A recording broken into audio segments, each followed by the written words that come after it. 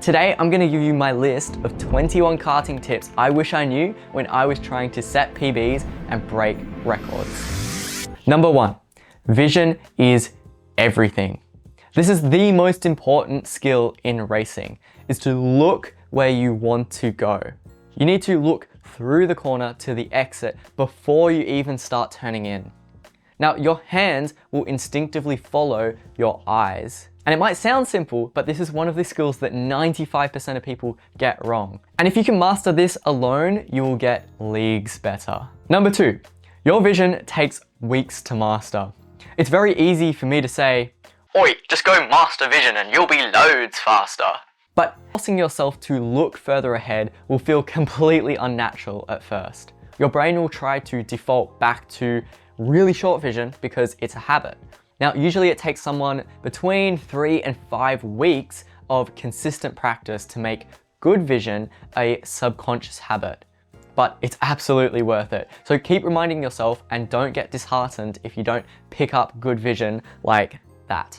Number 3, use every centimeter of the track. For some of you, this is an obvious one, but if the track is wide and you're not using all of that space, then you're just leaving time on the table. If you use more track, your line becomes smoother and you have to turn less. And turning causes the car to slow down. So the less that you can turn, the faster you will go. And that's why you want to use every centimeter of the track, because you'll be able to carry more speed through the corner. Number 4, if you go out on track on your next session and you go, "Ryan, I just used every inch of the track like you said. Perfect geometric racing line at every corner." And then you come into the pits and you realize that you were slower. Well, then it's time to understand the difference between speed limited corners and grip limited corners. Because the one exception to the rule of use every inch of the track occurs if you're speed limited, not grip limited. Being speed limited means you're going as fast as the engine will let you and you're full throttle the whole time. Whereas grip limited means you can't go as fast as the engine will let you because you run out of grip. So as an example, if the corner is easily flat and you're speed limited, if you hug the inside and you're not scrubbing off speed, then you don't need to use more track width because you won't gain any more speed and instead you just cover more distance. Whereas in a grip limited corner, you do want to move over and use all of the track width because that opens up the corner and lets you carry more speed. Number 5, the exit is more important than the entry. If you carry 5 kilometers per hour more speed out of a corner onto a straight, then you will gain more time than carrying an extra 5 kilometers per hour into the corner. Because when you take it out of the exit, you carry that extra speed all the way down the straight, which gains you time down the whole length of the straight. Number 6, leading on from that, slow in, fast out is king in rentals. If you can sacrifice a little bit of speed on the entry to a corner to carry more speed out of the corner, 90% of the time, this will result in faster lap times. Slow in, fast out is a golden rule of racing. Number 7, do you ever watch someone's onboard and they're hacking away at the wheel, they're countering slides, they look so cool, and then they cross the line and... "Oi, why am I a second off the pace?" Well, in racing, smooth is fast, and 99% of the time, the smoother you are, the faster you will go. So fast moving hands might look exciting, but you're losing lap time the entire time because you're introducing heaps of friction and tire scrubbing. So if that sounds like you, then try smoothing out your inputs. Also, good vision helps you do this and you'll probably go faster straight away.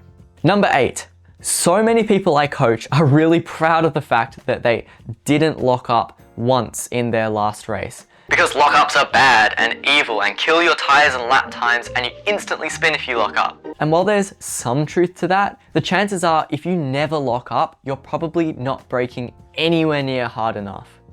A small lockup is actually very useful feedback that tells you that you're near that grip limit. Now, you don't want to be constantly locking up, but if you're never locking up, it probably means you're well under the limit of grip and just leaving time on the table. Number 9, the faster you can straighten the wheel on the exit of the corner, the faster you will go. Now, rental karts have very low horsepower engines, around the 9 to 13 horsepower mark. And they don't accelerate well when you have lots of steering lock. Now, remember how I said turning slows you down? So if you can get your wheels straighter sooner, you'll gain speed more quickly, and that is easy lap time. But Kyan, if I straighten the wheels earlier, I'm going to bonk into the exit wall. What do I do? If you straighten up the wheel earlier, then you are probably going to get closer to the wall. So what you need to do is compensate by taking a later apex, which allows you to do more of the turning in that early part of the corner and then make the exit of the corner much straighter. Number 10, I was coaching one of my students, and every time it rained, they would spin out 3 to 4 times and lose heaps of positions with every spin. And because of this, they got really scared of the wet and spinning out. So they decided to lift off super early and go much slower through all of the corners to make sure that they wouldn't spin. Now this of course meant that in the wet, they were super slow. So what we worked on was building up instinctual car control. Now having good car control makes you faster everywhere, and here is why. Once my student learned how to catch any slide, they regained all of that self-confidence and they were able to push much harder in the wet because they had the confidence to catch a slide if it happened. Learning car control meant that the wet wasn't a problem and they could push as hard as they like and gain heaps of time because of it. This is why car control is so fundamental. It doesn't make you faster in itself, but it gives you the confidence to push the limits of your kart and yourself. And that is why it's one of the key lessons in the Go-Karting Fundamentals course. Number 11, overcorrecting a slide is better than undercorrecting a slide. Now, often spins happen like that. And I see so many people notice the kart start to slide and then they slowly start countersteering. But then the kart keeps spinning, and by the time they've reached full steering lock, it's gone. The kart has spun, race in the bin. So I've always taken the approach of it's better to catch a slide with a big, quick correction and then dial it back, rather than being too slow to start with and then it's too late to recover.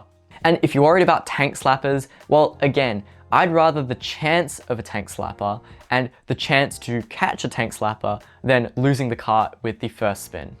Number 12, mastering the wet makes you much faster in the dry. Learning car control in low grip, wet conditions will dramatically improve your feel for the kart and how to understand and find the limit of grip, which applies just as well in the dry and will make you faster as a result. So if you get the chance, go check out the wet. Number 13, the wet line is not the dry line. Now, the racing line or the rubbered in dry line becomes super slippery in the wet. So in the wet, you want to search for grip on the outside of the corners where there's less rubber and generally more grip. Number 14, every kart is different, and that is unfortunately the bane of rental karting. Every kart is going to handle differently and they have different strengths and weaknesses. So your job in the first 2 or so laps is to figure out, what does this specific kart want from you? Does it turn in well? Is it slow on the straights? Is it fast? Does it accelerate awfully? The better that you can identify how the kart is responding and adapt your driving, the faster you will become. Number 15. Often I have coaching students who log on for our weekly sessions and it goes something like this. Kyan, I just searched up how to back the kart into the corner with the perfect 4.967 degrees of slip angle to create the perfect neutral steer without scrubbing too much and overheating the tires. And then they try to do that and they outbrake themselves and do a 360 pirouette and go 10-pin bowling through the field of karts and finally caress barrier upside down. So the moral of this story is that you need to learn the fundamentals first, always. Mastering the basics of your racing line and corner entry speed and braking, car control, vision, etc. is going to gain you way more time, and it's infinitely more important than learning advanced skills, even if you are the next Max Verstappen. Because I can guarantee Verstappen's fundamentals are probably some of the best in the world. If you try an advanced skill on a poor foundation, then you probably won't be able to apply them properly. And often they actually make you slower because it distracts you from what you should be focusing on. Now, if you truly want to get faster and compete for wins and break through those lap time PBs that no matter what, you just can't crack, then you need to nail the fundamentals first. So I imagine some sort of online course that takes you through step by step every fundamental karting skill and exactly how to apply all the skills on track with special activities, plus free group coaching every month, all crafted from feedback of real karters who want to smash their lap times and become faster drivers without spending $300 an hour on private coaching would be really useful. So that's exactly why I made the Go-Karting Fundamentals course.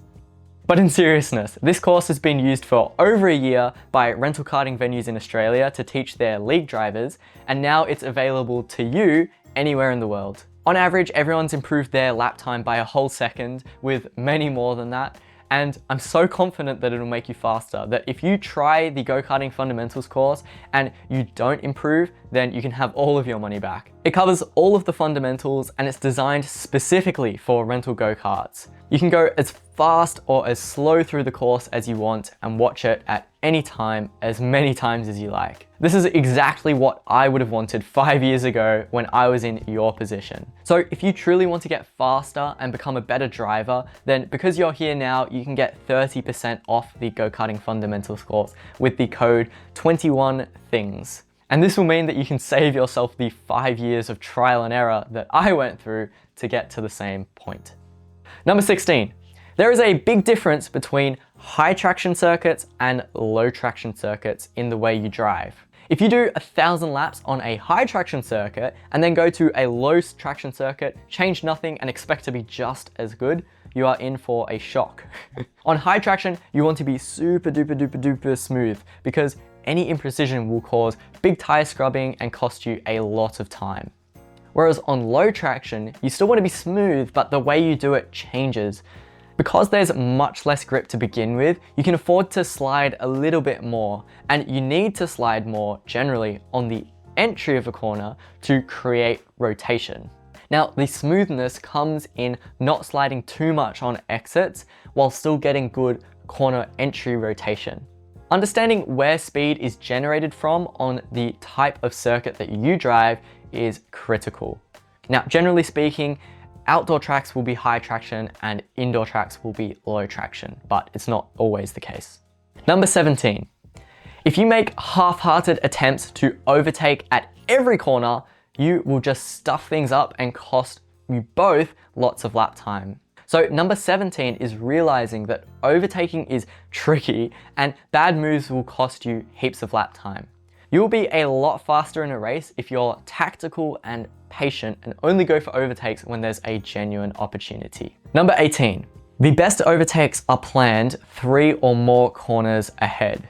The idea behind this is that you want to outposition your opponent, and you can do that by going for a fake overtake into a corner, which forces them to defend, and then when they do so, they're out of position for the next corner. And that lets you get a run on them, and you can make your move into the following corner.